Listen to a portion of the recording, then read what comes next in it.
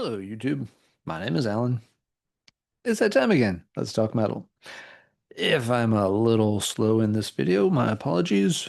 I'm recording this towards the end of Labor Day weekend, and it's been a pretty busy weekend. Been a busy couple of weeks. Been a busy month. August had a whole lot going on, just a lot of fun stuff, family stuff, but we've been on the go almost every weekend with, yeah, family events and such, and some travel.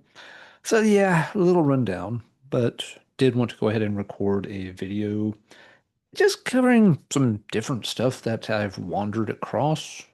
I guess it's kind of like a collection update, but it's sort of more like random things you find while out and about.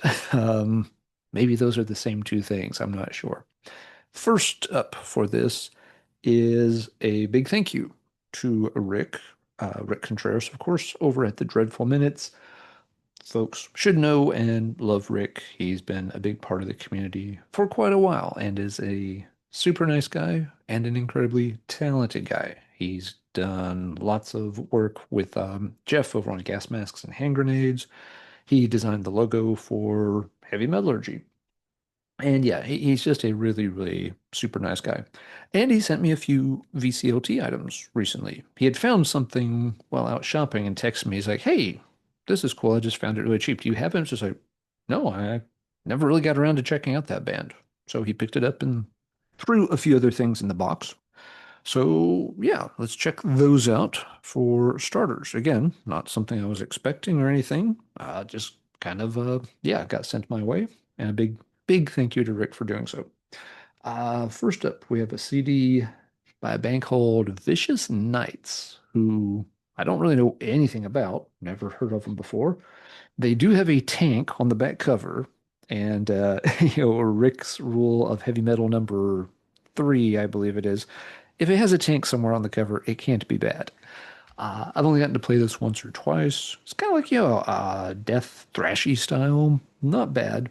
Some of the songs are a bit simple. They almost follow like a pretty simple 1-2 punk kind of beat, which isn't bad, but it gets a little repetitive.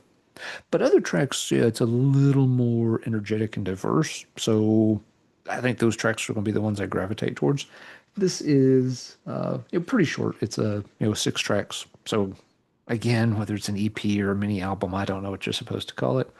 But yeah, kind of cool. Not familiar with the band. And that's one nice thing about VCOT. You get to check out stuff that you've probably never heard of before. A couple of other CDs he sent. Now, these are bands I have heard of before, but they're very cool CDs nonetheless. Sent me a copy of the Virgin Steel Noble Savage, and this is a nice 2 CD edition. It's got a lot of cool bonus tracks, B-sides, demos, stuff like that. Some good liner notes in it from David DeFay. Noble Savage is the band's third full-length album, and the first one they did after Jack Starr was kind of shown the exit. This is also where they kind of start that whole barbaric, romantic metal opera style.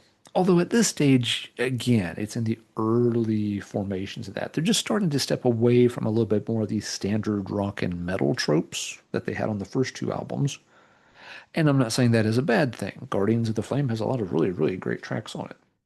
But here, yeah, the band, with DeFay now pretty much, the sole ringmaster for the whole thing, is definitely starting to move in that more classically influenced direction, which they've done more and more of under his direction ever since. Um, this is a pretty good album. It's had its ups and downs with me over the years. There have been periods where I've really liked this. There's been periods where I've been pretty lukewarm on this one. It does sound pretty late 80s. I think this one comes out 88, if I remember right. And I may be off by a year or two on that, come to think of it. But yeah, the band is still trying to get the hang of, their new direction. This particular edition from Steamhammer came out in 2011. The original copyright doesn't look like it's on the back of the CD. Well, whatever. But yeah, you can kind of hear the roots for where they would start going, as they moved into the early 90s. You're still several albums away from where they perfected it on like the Marriage of Heaven and Hell series, moving forward from there. You had some unusual albums after this one with like Age of Consent and um, Life Among the Ruins. Both of those albums definitely have their moments. Age of Consent more so than Life Among the Ruins. But yeah, this one has some good stuff. The track a lot of people really dig on this one. I believe it's the last track called Angel of Death. Am I right? Angel of Light, track 10. And again, this may have a lot of bonus tracks on disc one because it certainly has them on disc two. So maybe Angel of Light was the last track on like the original edition. Yeah, that's one thing that can definitely throw you off on these kind of reissue packages. If there's a lot of bonus stuff, it's like, well, which part of it was the original album on which wasn't? But nevertheless, really cool. Rick, I'm sure Rick's good at picking up on what people are kind of into and not into. I'm sure he's figured out I dug Virgin Steel. Also, Rick sent me a copy of the High on Fire. I believe this is their second one, if I remember right, Surrounded by Thieves. Um, I guess it was last year. Marty had to miss an album club. Kellen had picked this for the album club that week, and I offered to fill in since I'd always meant to kind of circle back to this band and just never had. I had the album after this. I think it's Blessed Black Wings. Again, sorry, my yeah, metal street cred's off by maybe a point or two with fatigue. I didn't like Blessed Black Wings. And to be frank, I didn't like it a lot. That album did nothing for me. And I revisited it a couple of times over the years. And every single time I was just like, I know this is not for me, kind of wasting my time. But folks had said I might like the earlier ones. I think there's a lineup shift after this album before Blessed Black Wings. They kind of changed direction a little bit. So I was like, yeah, sure, I'll check it out. Ended up liking it. It was a really fun album club to do with Kellen and the other guys. And so, yeah, Rick picked up on the fact that I liked it, but yeah, I'm not the kind of thing I would, just, run out and buy willy-nilly. So, very cool. Thank you very much, Rick. Uh, let's see. The next thing's not a record, but it's really, really cool. And when the box arrived, it's like, that's a big, bulky box. Well, this explained why.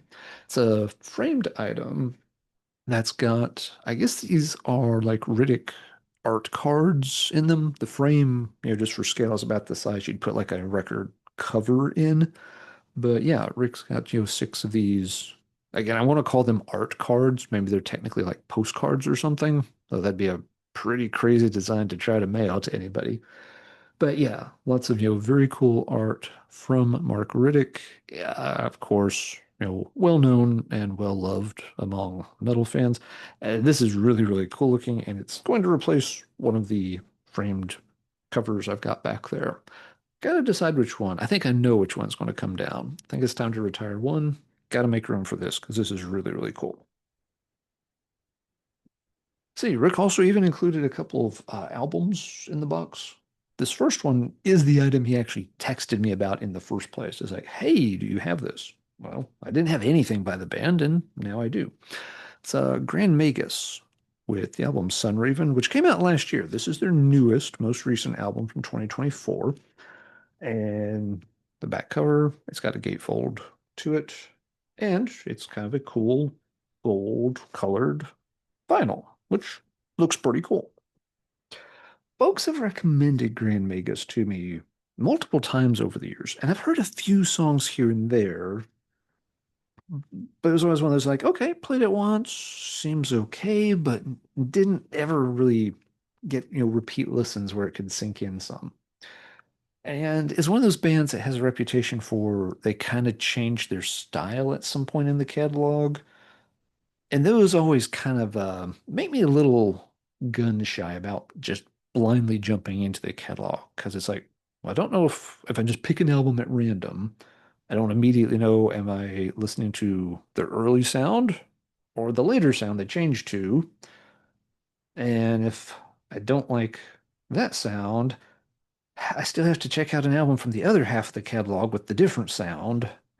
And those kind of things just end up being a pretty low priority for me when it comes to checking something out. Rick made it easy. He's just like, here you go. It's free. Give it a spin. Cool cover. Like the design on it. Simple but effective. And it kind of describes the music on here too. Again, folks are going to be a lot more familiar with Grand Magus than I am, but I'd say yes, you've got just, good traditional heavy metal. It's like one part doom and one part, epic heavy metal. Um, the thing that it immediately made me think of when I played the first couple of songs, I'm like, oh, this is kind of what Spirit Adrift has done on albums like Enlightened in Eternity, something that I discovered, I guess, last year. Really liked that album. But again, Spirit Adrift had also changed styles from their earlier stuff, which was more Doom, less epic, where Enlightened is more epic, little less Doom. Don't know, again, where Grand Magus changed or how they changed along the line. But I'd say this is actually pretty good. I enjoyed it quite a bit. I've spun it several times already. The opening track, Skybound, is really strong, has a great guitar part. Their songs have a pretty simple construction. They're not trying to do anything overtly flashy or overtly complicated. It's like find a good catchy riff or rhythm, make a chorus people could chant and sing along with and remember very easily, and bada boom, bada bing, you're done. Next song. Do the same kind of pattern. So, yeah, very easy to get into, very easy to like. Other songs on here are good too. The title track, Sunraven, is really good. Some of them on side two are pretty good, although those haven't stuck quite as much. I think Hour of the Wolf is good. It's a little faster, more aggressive.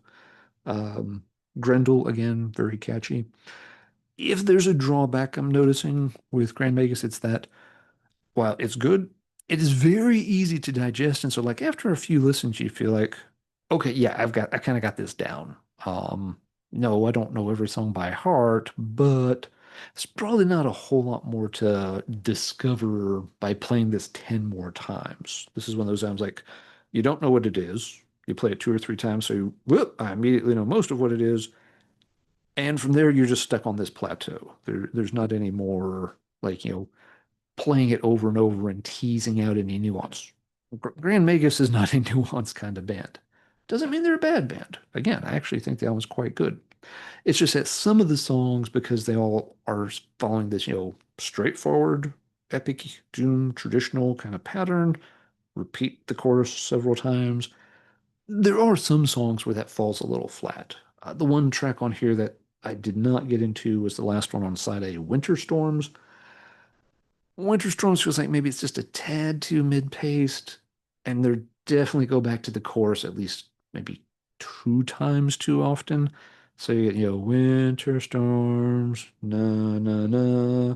We have done this several times. Yeah, that song could have wrapped up faster. That one dragged a little bit. But the other ones, again, Skybound, Sunraven, some of the stuff on side two, really cool. So once again, a big thank you to Rick for sending that. It's cool to finally have a little bit of a grasp on Grand Magus. Am I going to run out and track down the rest of their discography? No, I'm not. Not just because, I'm not that blown away. I do think this is a good album. I like it. It's gotten a lot of plays.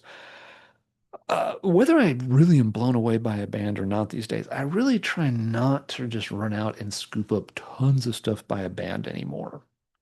I've done that in the past. I've done that in the recent past. I've noticed though, it doesn't often really work out in terms of me getting a really great handle on the discography. What usually happens instead is I play each one like twice, get just kind of a real baseline inkling for each album, and then none of the albums really have a great chance to sink in, click, or anything like that. So yeah, I don't really want to hear five Grand Magus albums in the next month, but they are good enough with Sunraven that, yeah, in a couple of months, if I see one show up like in a used bin, yeah, I'll pick it up. If I'm ordering something else and I notice the seller also has one of their albums for like, a reasonable, price, like, okay, might add that into the cart. But again, I'm happy taking my time when it comes to the discographies of bands anymore. I really don't want to buy, the complete works of Cradle of Filth or Grand Magus or anybody in between, just because I have found it's not a good way for me to try to digest and process a band's catalog. I just don't feel like it works well for me. So Grand Magus, I think I will definitely be picking up more by. Just want to take my time doing it. And the last one in the box from Rick. This was just kind of, he added this one for fun. There was a post-it or a note inside that said, here you go. Randy's long lost cousin. Randy, of course, the running joke from Heavy Metallurgy with the old heavy metal 7-inch single I show from time to time. Uh, this is not a Randy item, but Rick thought the cover mascot might could give Randy a run for his money. We're looking at a 1984 release by a band called White Wolf. Um, there you go. Nothing says 1984 like airbrushed rat head on that cover. The album is called Standing Alone. And you're looking at this thing like, you know what? There's a good reason you're standing alone. You got the head of a rat, yeah, arms covered in like snake skin, frog feet, like Cthulhu-sized bat wings, and you're wearing like some kind of weird early to mid 1980s plasticky body armor stuff. It looks like something like Wacko would wear on a Raven album cover, and you've got like an opossum tail.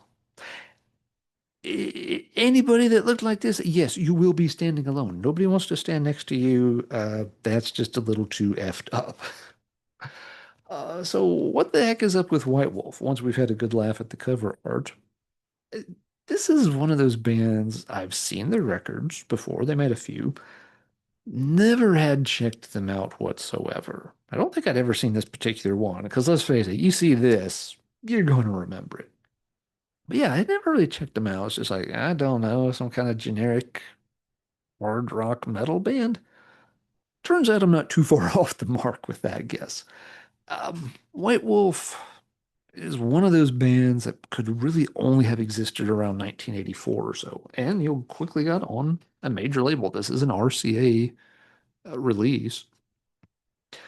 They have that kind of mid 80s rock sound where they're leaning just a little bit towards heavy metal, enough to mistakenly get lumped in with them by a label like RCA. Certainly not heavy enough for the typical heavy metal fan either today or back then. At the same time, I did spin this. I was like, heck yeah, if it's here, I'm going to play it at least once. It's not a bad album for that style. It's just in that weird style where it's not really hair metal. It doesn't have any of the shock or sleaze or glam feeling about it. It's trying to be, somewhat accessible, radio or MTV friendly, but not to the point of something like, a Bon Jovi or a Poison. Um, Not in that sense. It's also not, quite energetic enough to be in the Twisted Sister or Quiet Riot mix of bands. Somehow it manages to like miss all those categories and fall squarely in between all of them. So I'm at a little bit of a loss of where to put it. Is it like Dokken with, less flashy guitarist and maybe a less effeminate sounding vocalist? Is it like a better version of Night Ranger? A Night Ranger that doesn't make you just kind of face palm. Maybe it's somewhere in that general arc of things. With the cover art, I really, really wanted to say like, yeah, they're a lot like Rat. Don't think it's quite there. It may not be that much of a stretch, but like early Rat, not glammy Rat. But yeah, I don't know. It's somewhere in that niche. Maybe even something again like early Aldo Nova for the Canadian fans out there. Not bad. Not the kind of thing you're going to play very often. But it's not like it was like oh God, this is horrible kind of moment. So it's like, yeah, okay, if you wanted like you know, like the tamest version of 80s Scorpions material, then maybe you play White Wolf instead. Cool to check out if nothing else. So a big thank you to Rick for those. All right, what came next? I just realized I forgot to grab two things, so one second.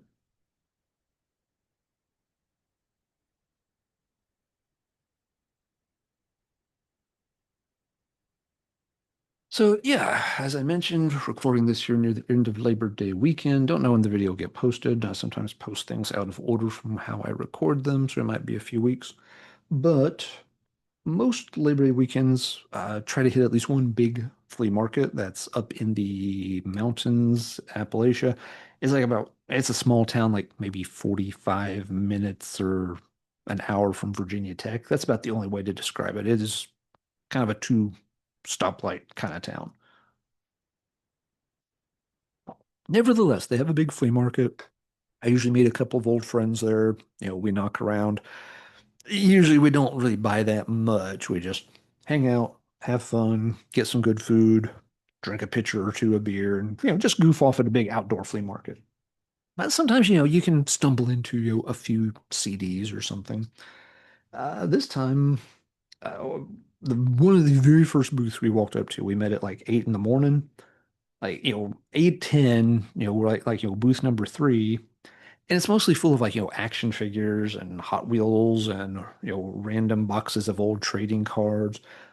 But as we kind of worked our way through his tent, he did have just a few boxes of records, not a huge selection, but a couple of things caught my eye right away.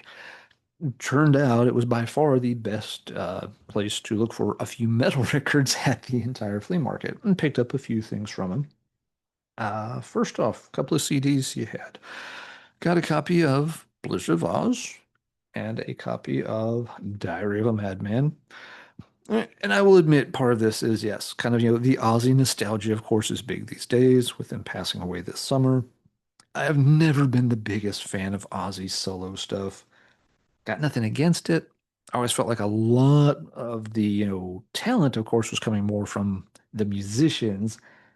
But Ozzy was, of course, the face.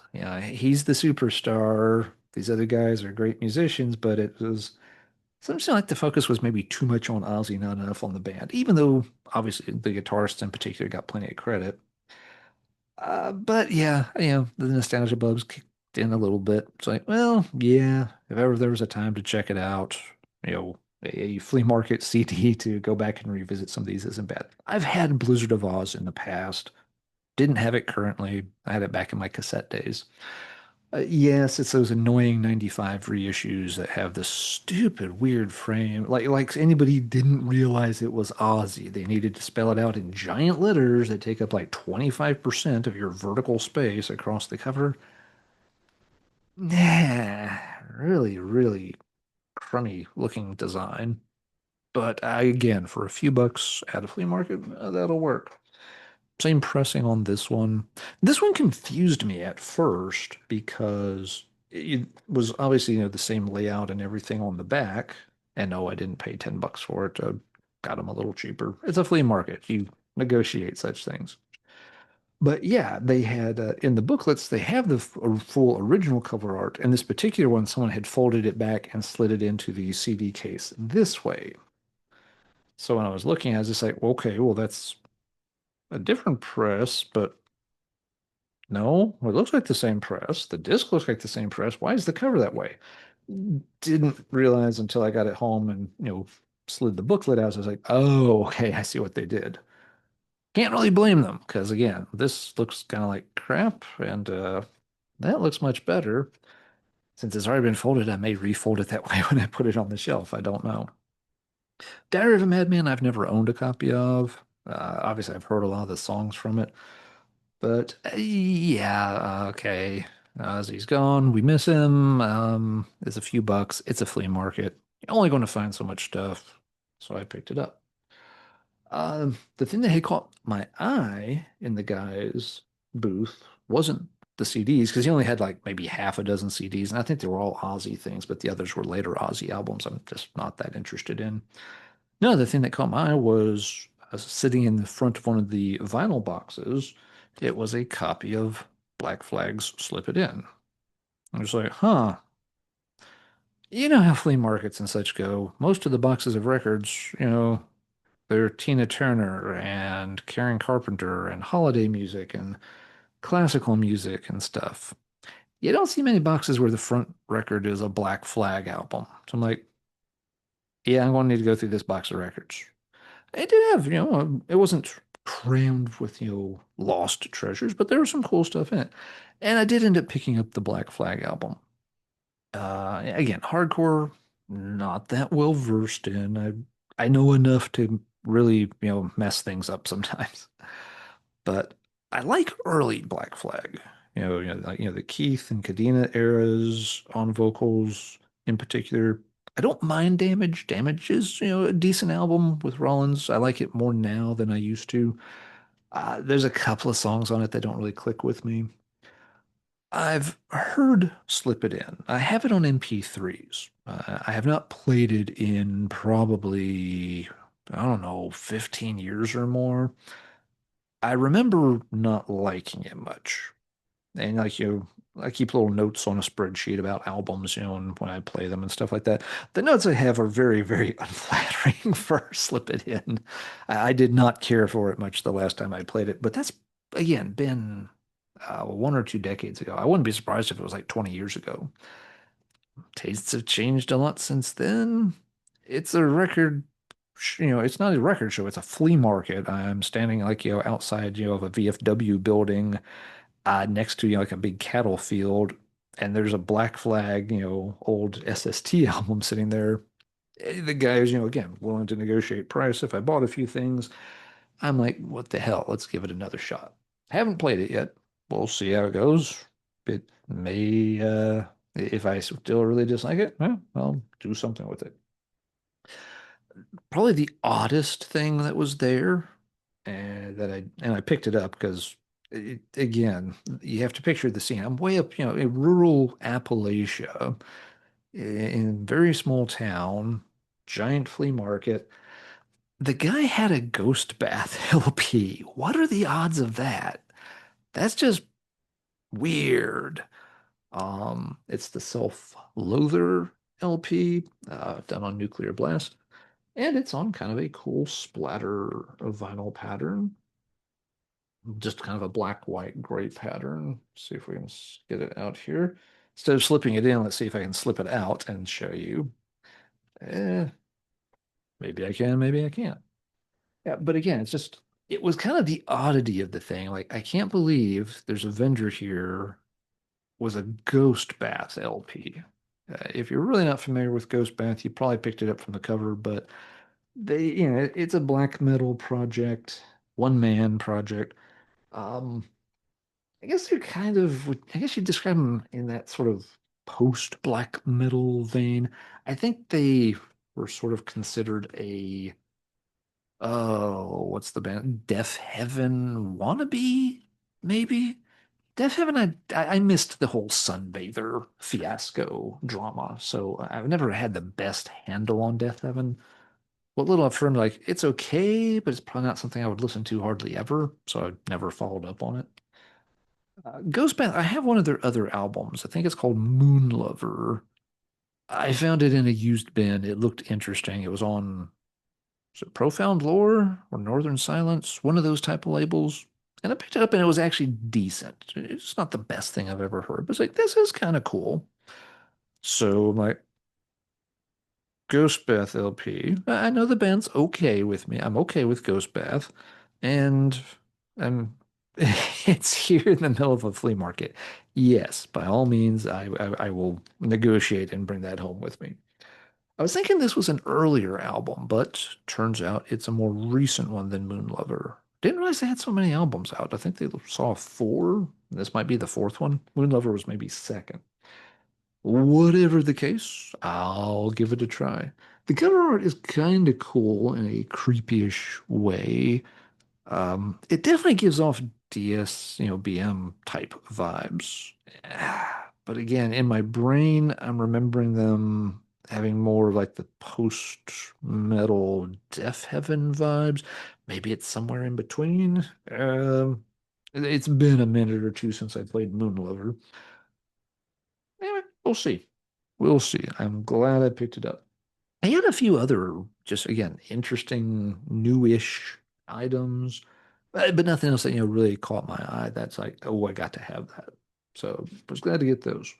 Wandering around the rest of the flea market, one of my buddies picked up a lot, some random CDs here, random CDs there.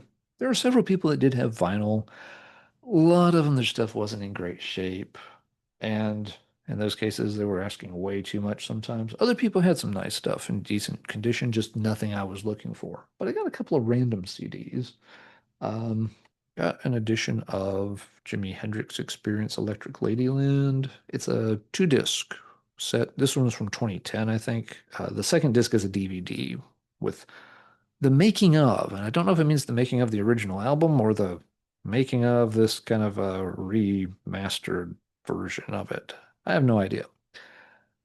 I had this a few years ago, but I think what I had was supposed to have been a two CD set. I only had one of the two CDs, so it wasn't like even the full album or something weird. I bought that at a flea market, and it was only a couple of bucks, but it turned out, yeah, it was only like maybe half the album or something. There's something weird about it. I ended up like giving it away or trading it away really fast. So, but this one has like, the entire full album on it. I don't mind Hendrix's stuff. I'm not a Hendrix, head. I don't know the stuff inside and out.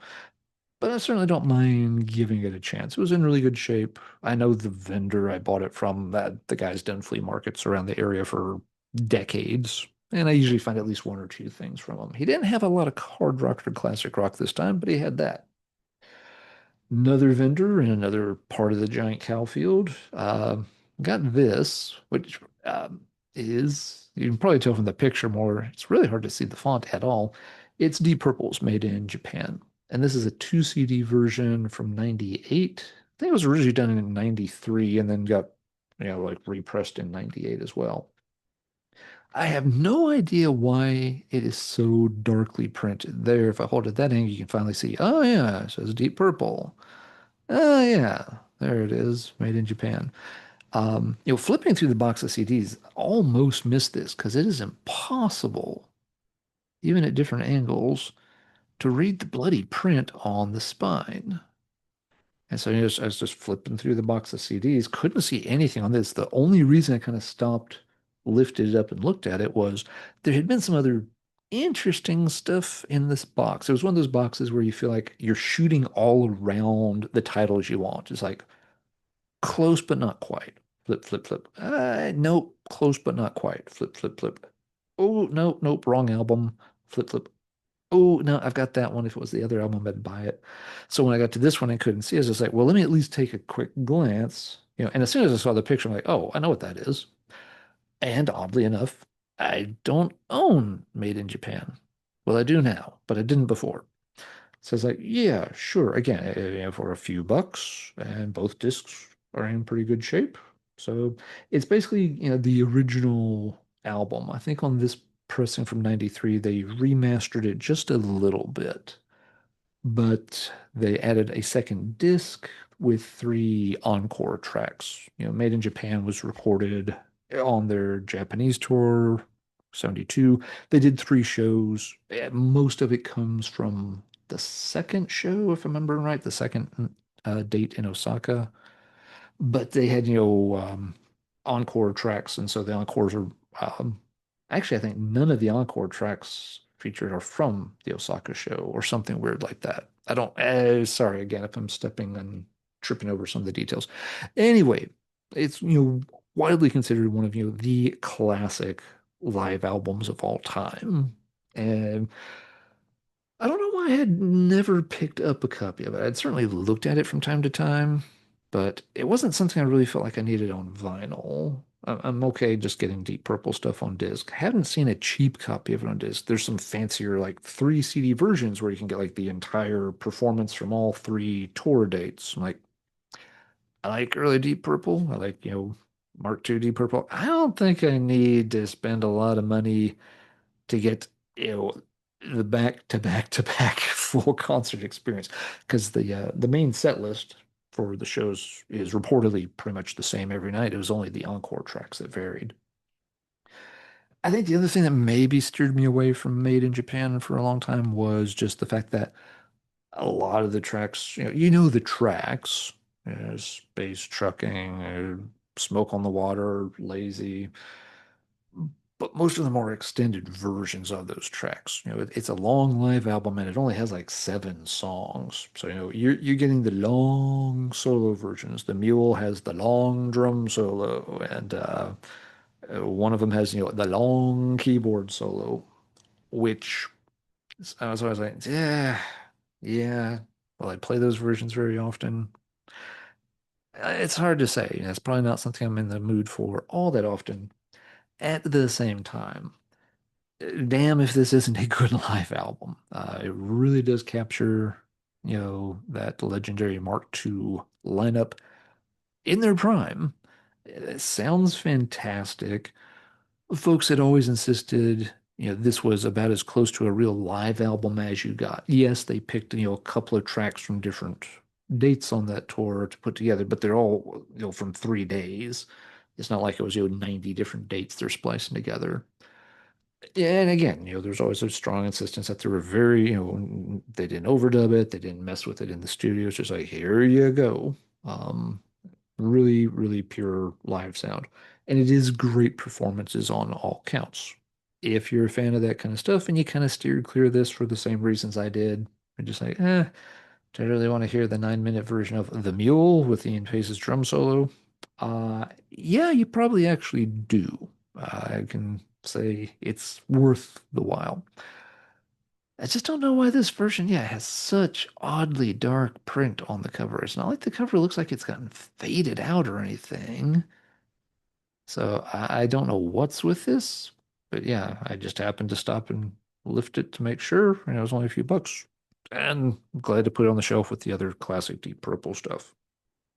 So yeah, adventures at a flea market. Sometimes weird blank looking CDs turned out to be classic double live albums. Sometimes the booth full of action figures and Hot Wheels has a Ghost Bath LP in it. Stuff's wacky, what can I say?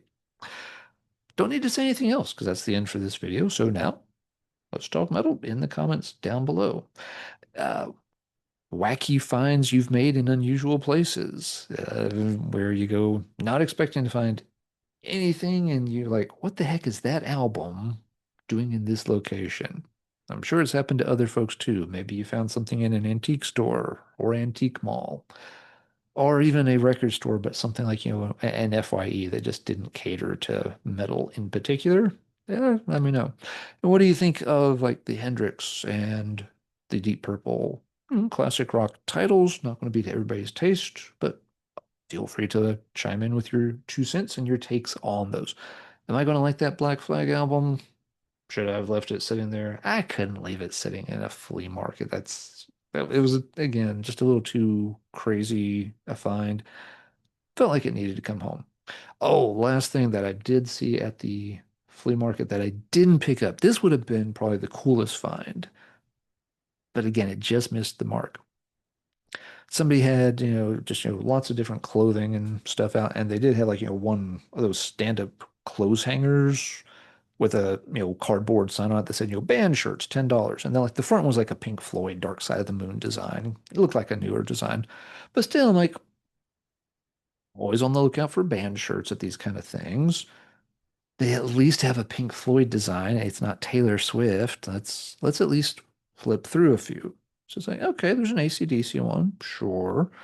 Um, there's a Joan Jett one, okay, whatever. You get a few shirts back, and all of a sudden, just like, that's a Carcass shirt.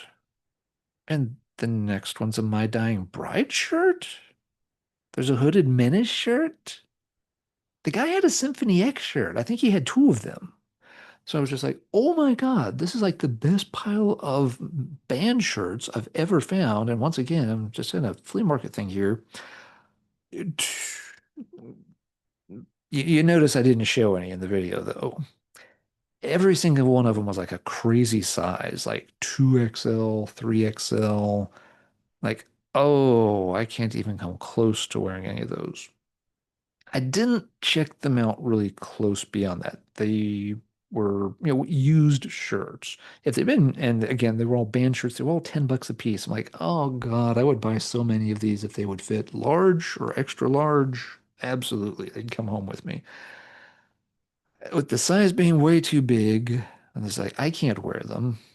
And with them being used shirts, it's just like, some of these other people might like some of these, but I don't know with them being used. That feels a little. People may not want like used shirts from a flea market, so I had to pass on those. But I mean, I went through every single shirt at his table. Everyone else I was with, family, friends, all just wondered. I was like, yeah, he's going to be there a while. I had to track him down later. They were halfway across the field. But yeah, again, to see like a carcass shirt, it was surgical steel era carcass. Um, the others, I didn't really even register what the designs were because the thing with shirts were first, is it a band that's interesting? My Dying Bride. Interesting. Second, is it the right size? Oh God, it's not even close to the right size. There's no point in, I'm not going to go over it, with a fine-tooth comb at that point because it's already the wrong size. It is technically a used shirt. They didn't look like they were falling apart or super faded or anything, but again, I didn't check the prints that closely. There may have been, cracking and stuff on the designs. They didn't look like tour shirts either. They looked like they were probably just general merch shirts from the band. They had I think one or two Nile shirts. I would love to have gotten one of the Nile shirts. You could have fit two of me inside some of these shirts. They were just, yeah, really, really big sizes, much too big for me to use. So, yeah, that fell apart too. Meant to mention that before I got to the ending bit there. So now let's talk about it in the comments down below. Any close calls like that anybody's had where it's like, you think you found something good and then you check it and the details are all wrong. Hey, this looks like a great album. Oh, it's beat all to shit. Hey, this sure would be great. Oh, there's a giant hole in it. Leave your stories of near misses in the comments below. Folks will enjoy reading them. All right, let's wrap this up. Until next time, everybody take care. And as always, keep banging your head.